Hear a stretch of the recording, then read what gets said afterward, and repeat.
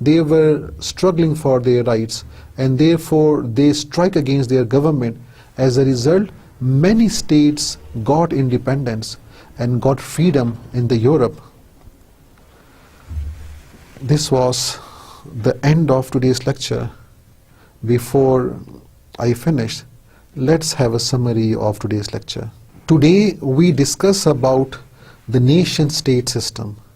We started with defining what is a nation. A nation, a group of people having something in common. What something in common?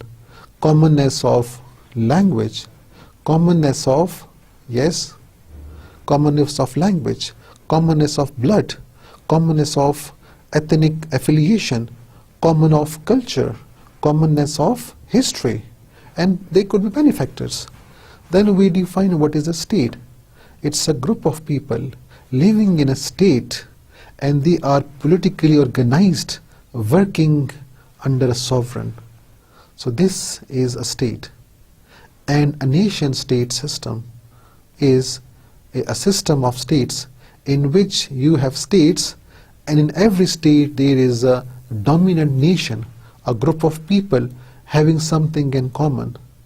So nation-state is a state having a particular nation because they have something in common. And the definitions of others are also given in detail. How we trace the origin of the nation-state system? This traced back to 1648.